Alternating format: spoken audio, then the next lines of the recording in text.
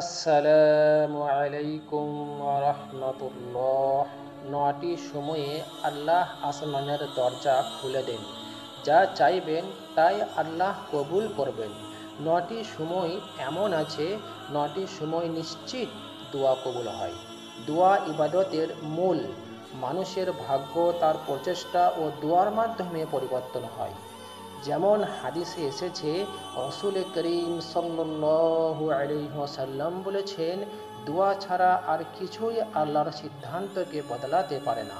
তিরমিজি শরীফ 2139 নম্বর হাদিস। দুনিয়ার কোনো মানুষের কাছে যদি আমরা কিছু চাই, তখন তিনি রাগ বা বিরক্ত হন। কিন্তু আল্লাহ রব্বুল আলামিন এত বেশি দয়ালু যে তার কাছে কিছু চাইলেই তিনি খুশি হন, এমনকি না চাইলে তিনি রাগ করেন।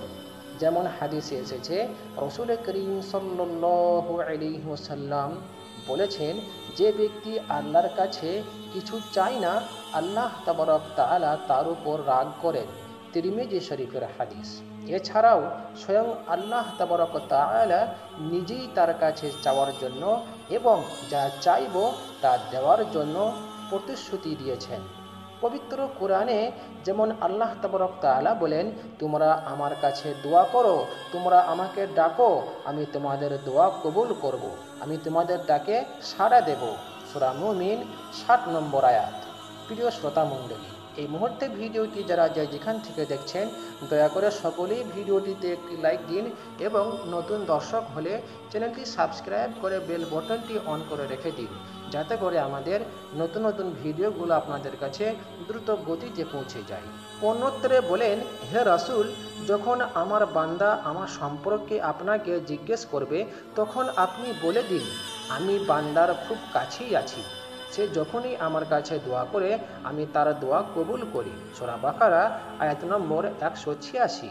দোয়া করা বড় উপকারী ইবাদত। কাজেই এই উপকারী ইবাদত তথা দোয়া কবুলের কিছু বিশেষ সময় রয়েছে, যেসব সময়ে দোয়া করিলে দোয়া অবশ্যই কবুল হয়। দোয়া কবুলের উত্তম সময়গুলো এই ভিডিওতে তুলে ধরা হলো। ভিডিওটি শেষ পর্যন্ত কন্টিনিউ দেখতে থাকুন। সর্বপ্রথম হলো, রাতের শেষ তৃতীয় অংশে দোয়া করলে আল্লাহ তাআলা তার সঙ্গে সঙ্গেই কবুল করে থাকেন।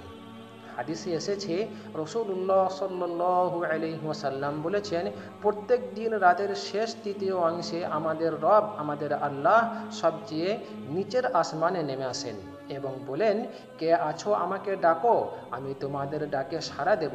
কে আছো আমার কাছে চাও, আমি তোমাকে দান করব। কে আছো আমার কাছে ক্ষমা প্রার্থনা করো, আমি তোমাকে ক্ষমা করে দেব। মুসলিম শরীফ 1263 নম্বর হাদিস। অন্য এক হাদিসে এসেছে, হযরতে জাবের রাদিয়াল্লাহু তাআলা আনহু থেকে বর্ণিত, আল্লাহ রাসূল সাল্লাল্লাহু আলাইহি ওয়াসাল্লাম ইরশাদ করেন, শেষ রাতের যে কোনো সময় কোনো মুসলিমের এমনটা হয় না যে সে পৃথিবী বা পরকালের জন্য আল্লাহর কাছে কিছু চাইল আর তাকে তা দেওয়া হলো না। আর এটা প্রতিটি রাতেই ঘটে। মুসলিম শরীফ 1259 নম্বর হাদিস। নাম্বার 2 হলো পবিত্র জুম্মার দিনের দোয়া। রাসূলুল্লাহ সাল্লাল্লাহু আলাইহি ওয়াসাল্লাম বলেছেন, জুমার দিনে এমন একটি সময় আছে যে সময়টা কোনো মুমিন, কোনো মুসলমান নামাজ পড়া অবস্থায় পায় এবং আল্লাহর কাছে কোনো কিছু প্রার্থনা করে, আল্লাহ অবশ্যই সেই চাহিদা পূরণ করবেন। আল্লাহ সেই চাহিদা পূরণ করে থাকেন। আল্লাহ অবশ্যই সেই চাহিদা পূরণ করবেন এবং তিনি তার হাত দিয়ে ইশারা করে সেই সময়ের সংক্ষিপ্ততার ইঙ্গিত দিয়ে থাকেন। সহিহ বুখারী। সুনানে আবু দাউদ শরীফের বর্ণনায় রয়েছে, আসর থেকে মাগরিব পর্যন্ত। আবার সহিহ মুসলিম শরীফের বর্ণনায় পাওয়া যায়, জুমার দিন দোয়া কবুলের চূড়ান্ত সময় ইমামের মেম্বারে বসা থেকে নিয়ে নামাজ শেষ হওয়া পর্যন্ত। নাম্বার 3 হলো আজান ও ইকামতের মধ্যবর্তী সময়ের দোয়া। রাসূলুল্লাহ সাল্লাল্লাহু আলাইহি ওয়াসাল্লাম বলেছেন, আজান ও ইকামতের মধ্যবর্তী সময়ের দোয়া ফিরিয়ে দেওয়া হয় না। আবু দাউদ শরীফের হাদিস। নম্বর 4 হলো সেজদার মাঝের দোয়া। রাসূলুল্লাহ সাল্লাল্লাহু আলাইহি ওয়াসাল্লাম বলেছেন, যে সময়টাতে বান্দা আল্লাহর কাছে চলে যায় তা হলো সেজদার সময়। সুতরাং তোমরা তখন আল্লাহর কাছে বেশি বেশি চাও। মুসলিম শরীফ 744 নম্বর হাদিস। নম্বর 5 হলো রোজাদার ব্যক্তির ইফতারের সময়ের দোয়া। রাসূলুল্লাহ সাল্লাল্লাহু আলাইহি ওয়াসাল্লাম বলেছেন, 3 ব্যক্তির দোয়া কখনো ফিরিয়ে দেওয়া হয় না। যখন রোজাদার ব্যক্তি ইফতার করে ন্যায়পরায়ণ রাজা। 3 নম্বর হলো নির্যাতিত ব্যক্তির দোয়া। সুনানে আহমদ, সুনানে তিরমিজি শরীফের হাদিস। 6 নম্বর হলো শবে কদরের রাতের দোয়া। রাসূলুল্লাহ সাল্লাল্লাহু আলাইহি ওয়াসাল্লাম বলেছেন, যে ব্যক্তি ঈমানের সঙ্গে সওয়াব লাভের আশায় লাইলাতুল কদরের রাত জেগে দাঁড়িয়ে নামাজ আদায় করে, তার আগের সব গুনাহ ক্ষমা করে দেওয়া হয়। বুখারী শরীফের হাদিস। 7 নম্বর হলো আরাফাতের দিনের দোয়া।